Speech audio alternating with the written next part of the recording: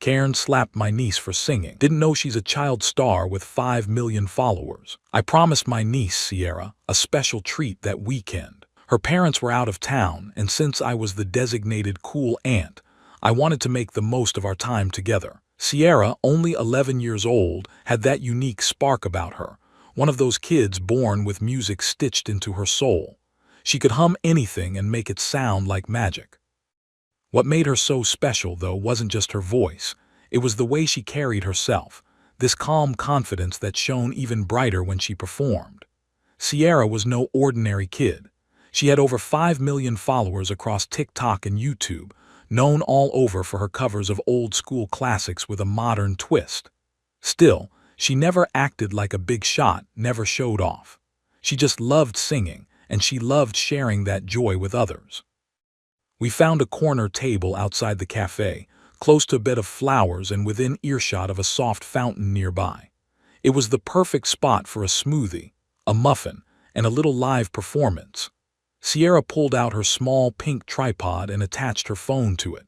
She said she had a new song idea she wanted to test in a casual setting, and the park's ambience made for a nice background. I shrugged and told her to go for it. She took a sip of her strawberry drink, did a quick vocal warm-up that sounded more like bird whistles than anything else, and then hit record. Her voice came out soft at first, flowing like a gentle river, then rising to something richer, fuller, her signature. Heads turned, people smiled, and a few kids nearby even started swaying. It was wholesome, innocent, sweet. And then, like a stain on clean linen, she showed up. From a few tables over, I noticed this woman in her mid-50s, with sharp, angled features, overprocessed blonde hair, and sunglasses way too big for her face. Her expression was pure irritation. She wore one of those smug, layered Karen expressions, the kind that says, "I complain for sport." At first, she just glanced over, clearly annoyed. I thought maybe she was on a work call or reading something important, so I motioned for Sierra to lower her volume just a bit. She nodded and continued, adjusting the mic slightly, but Karen wasn't having it. She scooted her chair back dramatically and stomped over like she owned the place. "Hey," she barked, causing Sierra to pause mid-verse. "You think everyone here wants to listen to your screeching? This is a public space, not American Idol." I opened my mouth to respond, stunned by the aggression, but Sierra calmly said, "I'm sorry if it bothered you. I was just recording for my followers. I'll keep it quiet." Her voice trembled a little, but she didn't back down. Karen scoffed. "Followers? What, 3 of your little school friends? You kids are so delusional these days. Just shut it, all right." She turned around, shaking her head like we were pests beneath her feet. That should have been it. It should have ended there. Sierra looked at me, clearly shaken but trying to stay brave. I gave her a nod, and she gave a tiny, courageous smile before restarting her song, much softer this time. I noticed she hadn't stopped the recording either. The camera was still rolling. Maybe part of her hoped to document the moment for her vlog. I think a part of her knew this wasn't over. Karen must have taken that as a personal challenge because, less than a minute later, she came stomping back, her jaw tight, her face red. This time, she didn't just yell. "Did you not hear me?" she shouted. "I said shut up." Then it happened. Before I could even stand up fully, before I could move between them. She smacked Sierra's phone so hard the tripod tumbled over and hit the pavement. It made a cracking sound, but that wasn't the worst of it. Karen raised her hand again, and actually slapped Sierra across the cheek. The world stopped. You know those moments where everything slows down and speeds up at the same time? That's what it felt like. My heart was pounding out of my chest, and it took me a second to even register what I was seeing. Sierra's eyes widened in shock. Her little hand went straight to her cheek, red and trembling. I heard a gasp from someone nearby. Someone had seen it. A man at another table stood up, his mouth open. A barista ran out from inside the cafe. I pushed past the table and stepped between Karen and Sierra. Not even fully aware of what I was saying, but shouting something about calling the police, about assault. Karen blinked like she was the victim, like she'd been inconvenienced by our presence and had simply acted on impulse. Maybe next time she'll learn not to act like a brat in public, she muttered. But she took a step back when more people started approaching. She realized quickly she was no longer in control of the situation. Sierra's eyes filled with tears, but she didn't cry. She stood still, frozen, until I knelt beside her, grabbed the tripod, and checked her phone. The screen was cracked, but the camera had kept recording. I played back the last few seconds, Karen's approach, her yelling, the slap. Everything had been captured perfectly. Crystal clear audio, her face, her words, her hand. I looked at Sierra and she whispered, "It caught all of it." What happened next was a bit of a blur. Someone from the cafe called the police and Karen tried to downplay it all when the officers arrived. She said Sierra was being disruptive and provoking her, but the video said otherwise. I showed them the footage and the mood shifted. Suddenly, the officers were a lot more interested in taking statements, asking questions, and talking to witnesses. Karen grew defensive. She claimed she didn't really hit her, that it was just a tap. But the slap was clear. Her entitlement was unmistakable. Sierra didn't say much. She just sat beside me, quiet, holding her smoothie with both hands as if it grounded her. I rubbed her back, still fuming but trying to stay calm for her sake. She leaned toward me and asked, "Do you think people will believe what happened?" I nodded slowly, watching as an officer escorted Karen to the side. "They won't just believe it," I said. "They'll see it for themselves." Because Sierra's camera was still rolling. And Karen had no idea what she'd just done. Not to a random kid, but to a child star with 5 million followers and an internet army that didn't take kindly to cruelty. The moment we got home, Sierra went straight to her room without saying a word. She wasn't crying, but I could tell she was still shaken, caught somewhere between shock and disappointment, like the joy she had felt earlier had been stomped on and dragged through the dirt. I followed her quietly, letting her have a moment to herself, then gently knocked on the door. When I stepped inside, I saw her sitting cross-legged on the floor, her cracked phone in her lap, scrolling through the footage. Her expression was unreadable, focused, almost too calm for what had just happened. I sat beside her and asked if she was okay, and she nodded, then turned the phone toward me. "It's all here," she said quietly. "Everything. From the second she yelled to when she slapped me." I watched the footage again, and though I'd already seen it once, it still made my stomach twist. The clarity of it was startling, Karen's voice, her expression, the sheer hostility in her body language. It wasn't just a moment of frustration. It was deliberate, entitled, cruel. And Sierra, small and sweet, never raised her voice once. She had handled it better than most adults would have.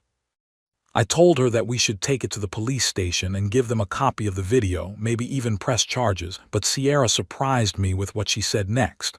"I want to post it," she told me. "I want people to see what happened. I don't want to just hide and wait for it to go away." I hesitated, unsure if that was the right move. The internet could be a brutal place, even to victims.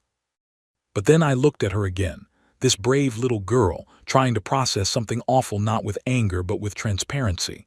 And I realized she wasn't trying to go viral for pity or revenge. She just didn't want to let this kind of behavior slide.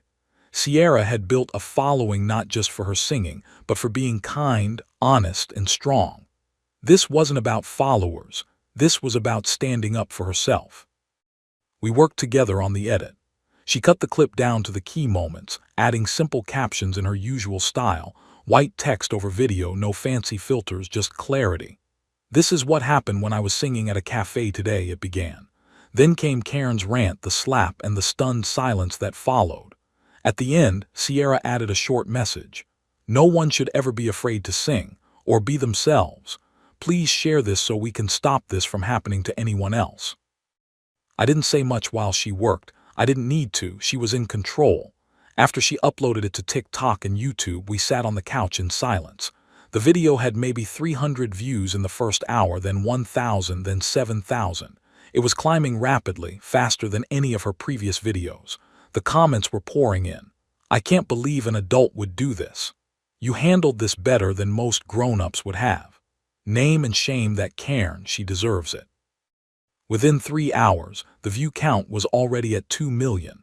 By the time we sat down for dinner, News pages and gossip accounts had started to repost the clip. Screenshots of Karen's face mid-rant were circulating everywhere.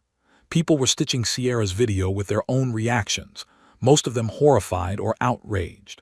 I saw a lawyer TikToker break down the possible legal charges Karen could face. A parenting coach commented on the strength Sierra had shown in staying calm. A few famous musicians even commented, showing support and sending love. It was surreal. Sierra just kept refreshing her notifications, overwhelmed but clearly comforted by the flood of support. "I didn't think people would care this much," she whispered. "I thought maybe it would get like a few thousand views and that would be it."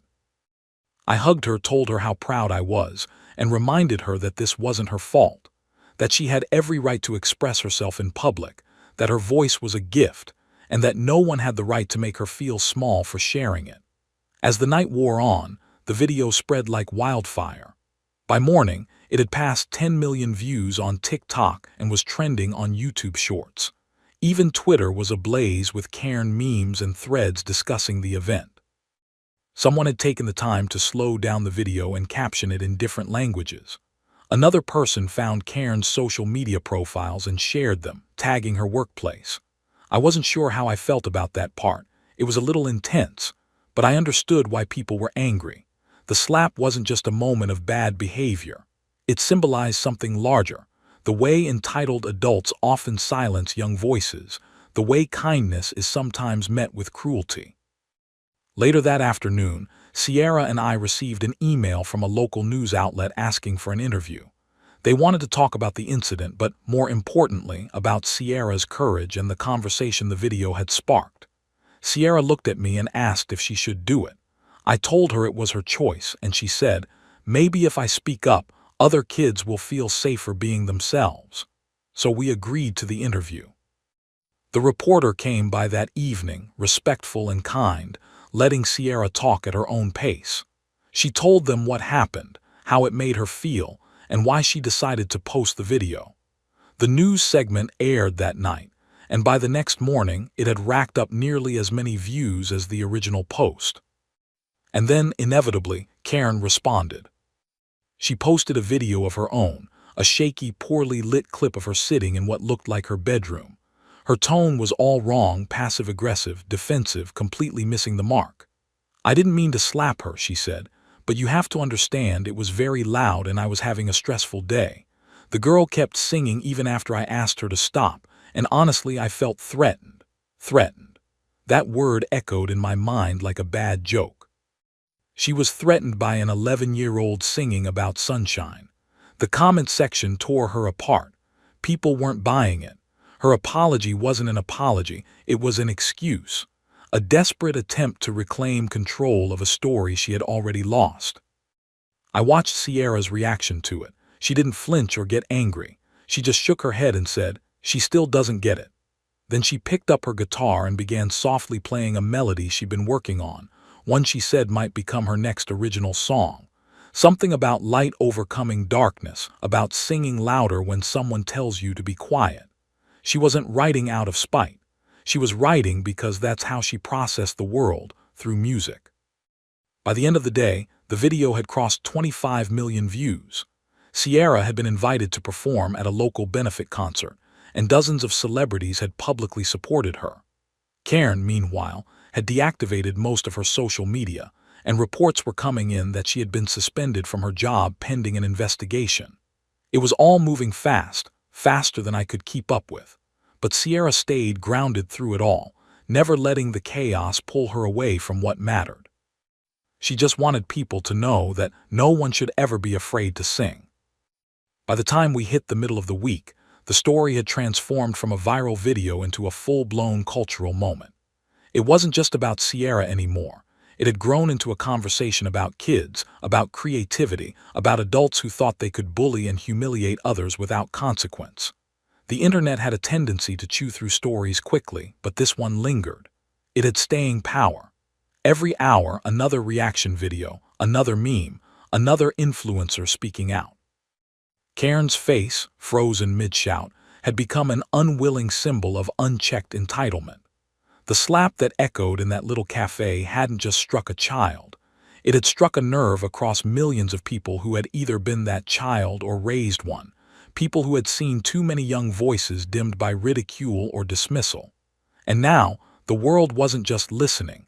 They were furious, and they were loud about it. The turning point came when Sierra was invited to appear on a national talk show. They offered to fly her and me out, set up the interview with a gentle approach, and even promised she could perform one of her songs at the end. I was nervous, not because I didn't believe in her, but because the spotlight was so intense now. She wasn't just a child singer anymore. She was the girl from that video, and as much as the love poured in, so did scrutiny. But Sierra, as always, was steady. She said, "If someone had told me years ago that singing at a park would lead to this, I'd laugh. But maybe this happened for a reason. Maybe some people needed to see it." So we boarded the plane, her ukulele packed safely in her case, and she sat by the window humming softly the entire way, watching the clouds roll by like notes on a staff. The interview was delicate. The host asked thoughtful questions, never pushing too far. Sierra spoke from the heart, describing the day at the cafe, how scared she was, how confused, and then how empowered she felt watching the internet react with such kindness and solidarity. When she performed her new original song, Sing Anyway, there wasn't a dry eye in the studio. The lyrics told a story of finding courage in chaos, of refusing to be silenced. And when the chorus hit, asterisk, "You can tell me to hush, you can tell me to hide, but my voice is a flame and I'm gonna let it rise," asterisk, you could feel the electricity in the air. The performance went live later that night and the clip took off like wildfire. Within 12 hours, it had over 15 million views. Her Spotify page exploded. The song trended globally. It was more than just a beautiful tune, it was an anthem. Meanwhile, Karen's life had started to crumble beneath the weight of her own actions. The internet had done what the internet always does. It investigated. A few TikTokers with detective-like instincts unearthed old Yelp reviews where she'd berated teenage workers, multiple Facebook rants about noisy kids ruining her peace, and even a video from 3 years ago where she shouted at a group of teenagers skateboarding in a public lot. She had a track record, and now people were connecting the dots. Her workplace, a local insurance firm, issued a statement saying she had been placed on indefinite leave while they conducted an internal review. But rumors swirled online that she'd already been let go quietly after a flood of emails and phone calls from angry strangers demanding accountability. Karen, seemingly desperate to regain some form of control, released another video, this time more polished, with better lighting and scripted lines. She wore a soft sweater, had no makeup on, and adopted a gentle, remorseful tone. She called the incident regrettable, claimed she'd been under immense stress, and said she didn't mean to hurt anyone. She said, "I lost control in a moment I deeply regret. I never intended to strike that child. I wish I could take it back." The video might have been effective had it come days earlier or if the slap hadn't been caught in high definition, but people weren't buying it. The comments section turned into a battlefield. Most saw it as damage control, an attempt to salvage her reputation now that the consequences had caught up. A top comment read, "You didn't lose control. You thought you could get away with it. You were just wrong." Sierra didn't respond publicly to Karen's video. She said she didn't want to get pulled into the drama. "She already showed the world who she is," she said. "I don't need to say anything more." And she was right. The truth had already spoken for itself. But despite Sierra's silence, others weren't done. Advocates for children's rights began highlighting the incident as a case study in how adult aggression towards kids is often brushed off until there's undeniable proof. Sierra's clip had become more than a viral moment. It was evidence. A senator even referenced it during a town hall, talking about how online platforms can be used to amplify voices that are usually ignored or dismissed. It was surreal, seeing something so personal, so painful, spiral into a national conversation. Then came the lawsuit. Karen, either emboldened by bad advice or too far gone in her delusion, filed a defamation suit against Sierra's family. She claimed the video had irreparably damaged her reputation and caused her emotional distress. It was absurd. The irony of an adult who struck a child on camera now claiming she was the one being harmed would have been laughable if it weren't so pathetic. The legal notice arrived by mail, typed and formal, but we were ready. We spoken to a lawyer already, pro bono, offered by someone who saw the video and wanted to help. The footage alone would be enough to dismantle any case she brought. It wasn't defamation if it was the truth. It wasn't slander if it was documented. And most of all, it wasn't victim blaming if the world had already watched the crime unfold. The moment the lawsuit became public, the backlash reached new heights.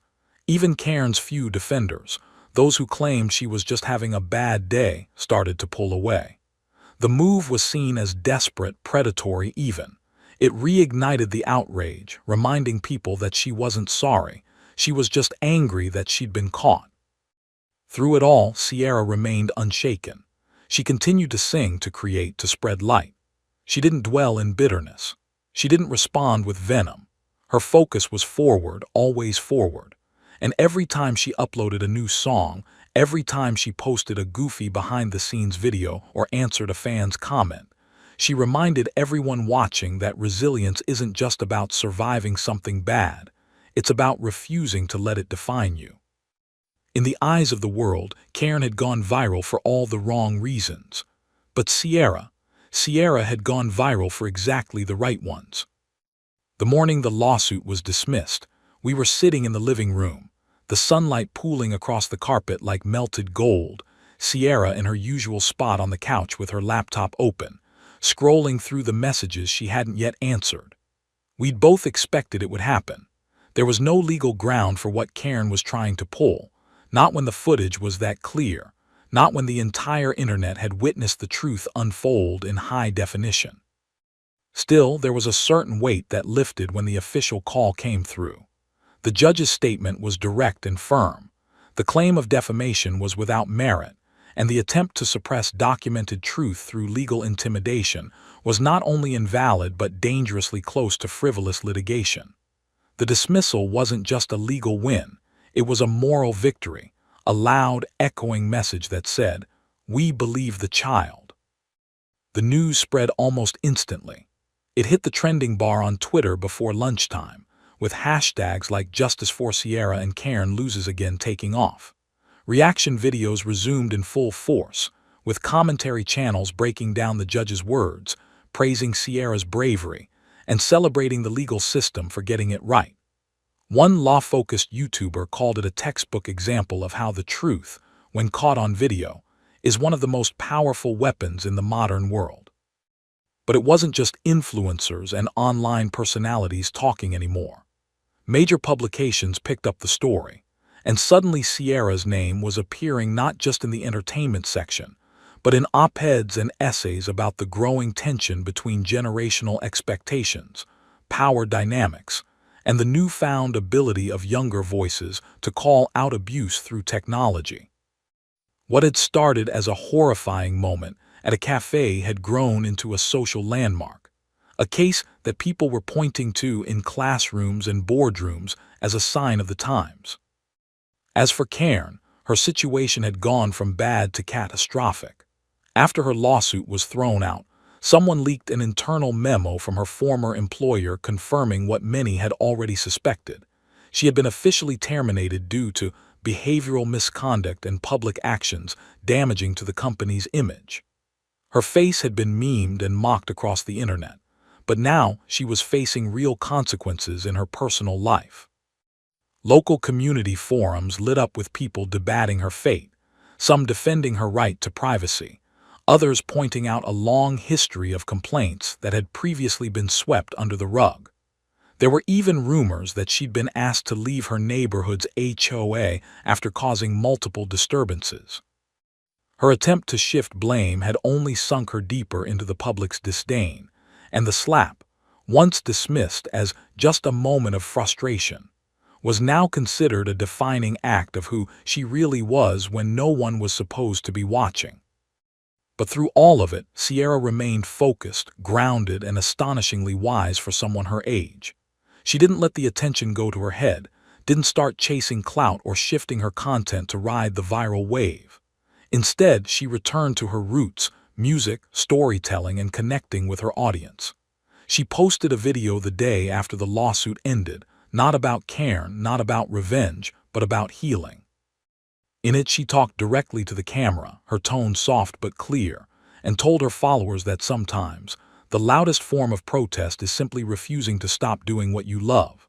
She explained how she had felt small that day in the cafe, how the slap had confused her more than anything, but how every supportive comment, every shared story from kids who'd experienced something similar, had helped her find her voice again. "I know it's scary to speak up," she said, "but your voice is important, even if it shakes." The impact of her words was immediate and immense. Parents shared the video with their children, schools used it during lessons on bullying and expression, and charities focused on youth mental health began reaching out to her team, asking if she'd be interested in becoming a youth ambassador. Offers flooded in: record deals, podcast appearances, even a documentary pitch. But Sierra, in her usual thoughtful way, took her time. We sat down together and talked through each one, weighing the opportunities not by how flashy they were, but by whether they aligned with her values. Eventually, she agreed to partner with a nonprofit that provided music education to underprivileged kids. She said it felt right. "If I hadn't been able to sing growing up, I don't know who I'd be," she told me. "Maybe I can help someone else find their voice." What struck me most during that time was how little she spoke of Cairn. She wasn't interested in dragging her name through the mud, wasn't tempted to post clapbacks or indulge in the drama. The slap may have started the story, but Sierra had turned it into something much bigger, something that was no longer about retaliation but restoration. Her fans noticed it too. The tone of her comment sections changed, shifting from outrage to admiration, from anger to appreciation. People thanked her for showing them that you could face hate with grace, that you could stand your ground without becoming cruel in return. It was an incredible thing to witness. This 11-year-old girl becoming a role model not just for kids her age but for adults too, many of whom admitted they weren't sure they'd have had the same strength in her shoes. One afternoon, we were walking through the same park where it had all happened, the cafe in the distance, still operating as if history hadn't unfolded right there just days before. Sierra looked at the spot where the tripod had fallen, where her voice had been met with violence, and then looked at me and said, "I think I want to go back and sing again." I was startled at first, unsure if she meant it. But she pulled out her new phone, an upgraded model that one of her supporters had gifted anonymously, and set it up with the same pink tripod. A few passers-by recognized her and stopped to listen, phones coming out, smiles blooming. Sierra didn't flinch. She stood up straight, took a breath, and began singing "Sing Anyway," her voice stronger than I'd ever heard it. There was no tremble now, no hesitation. Just power, warmth, and this overwhelming sense that she had taken that moment of cruelty and transformed it into something beautiful and unforgettable. The applause at the end was thunderous, not because there were hundreds of people, just a few dozen, but because everyone there understood what they were witnessing. It wasn't just a song, it was a statement. And in that moment I realized something that stayed with me long after. Cairn had tried to take Sierra's voice away, to reduce her to silence with one selfish act, but instead she'd amplified it. She turned up the volume on a message that millions needed to hear. And Sierra, she just kept singing. The night of the benefit concert felt like the culmination of everything that had happened. The fear, the outrage, the healing, and the growth, all swirling together into something that felt larger than any of us could fully grasp. It wasn't held in a massive arena or flashy venue, but in a mid-sized community theater that had recently been refurbished with donations from local artists and teachers, a place dedicated to nurturing young talent. The event was organized by a coalition of charities focused on youth empowerment, anti-bullying campaigns, and mental health, and the centerpiece of the night, the performance everyone was waiting for, was Sierra. The very idea that she would end this chaotic, viral journey with a song, on a real stage, under warm lights instead of harsh judgment, felt like the universe finally exhaling. There was no better way to bring this story to a close than to let her do what she had set out to do that day in the cafe: sing her heart out. Backstage, Sierra was quiet but not nervous. She was sitting on a folding chair, legs crossed, softly strumming her ukulele with her eyes closed, her lips moving silently through the lyrics. She had been here before on smaller stages in front of smaller crowds, but this was different. This time, people weren't here because she was famous or trending. They were here because she had become something more, a symbol of resilience, a voice that reminded the world what grace under pressure looked like. Her name had become shorthand for standing up in the face of cruelty without becoming cruel yourself. As the host of the event introduced her, talking briefly about the impact her story had made and the wave of positivity it sparked, Sierra finally stood, adjusted her microphone pack, and gave me a small nod. "I'm ready," she whispered. I believed her. The lights dimmed as she stepped onto the stage, a single spotlight guiding her path to the center. The applause that greeted her wasn't wild or rowdy. It was warm and steady, the kind that holds respect and awe. She took her place, smiled at the crowd, and then adjusted the mic. "Hi," she said simply, her voice carrying clearly even in the hush. "I know a lot of you already know what happened to me, but I'm not here to talk about that anymore. I'm here to sing what came after." Then, without any dramatic pause, she began.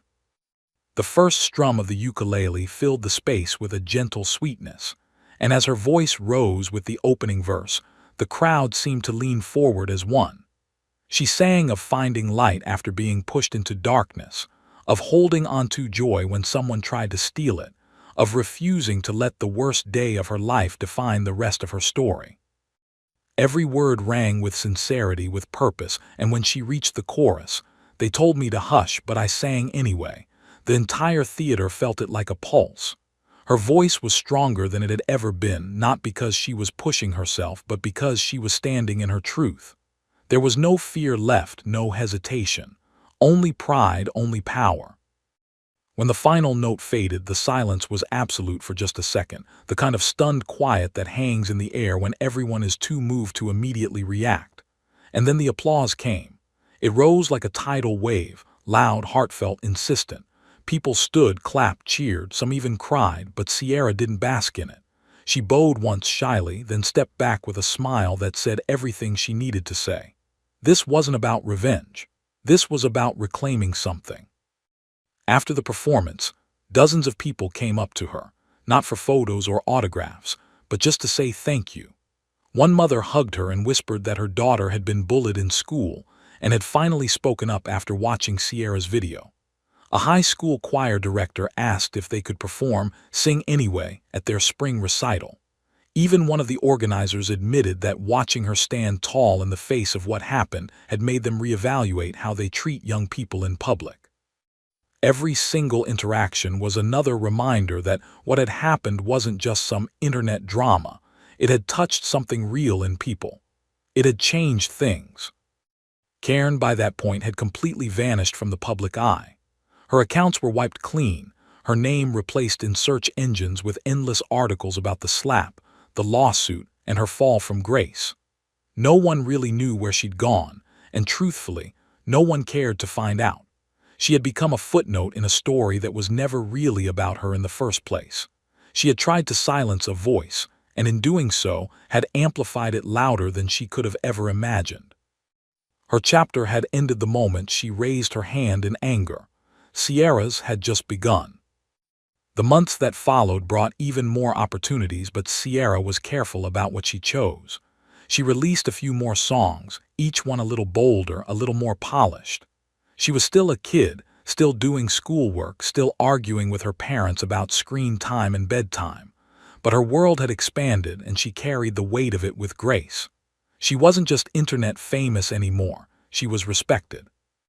And not because she had gone viral, but because she had faced a storm and stood in it with dignity, refusing to let it shape her into something she was. One night months later, we sat on the porch together watching the sky darken into a velvet blue. Sierra had her ukulele in her lap, strumming absent-mindedly, her hair pulled back and her face calm.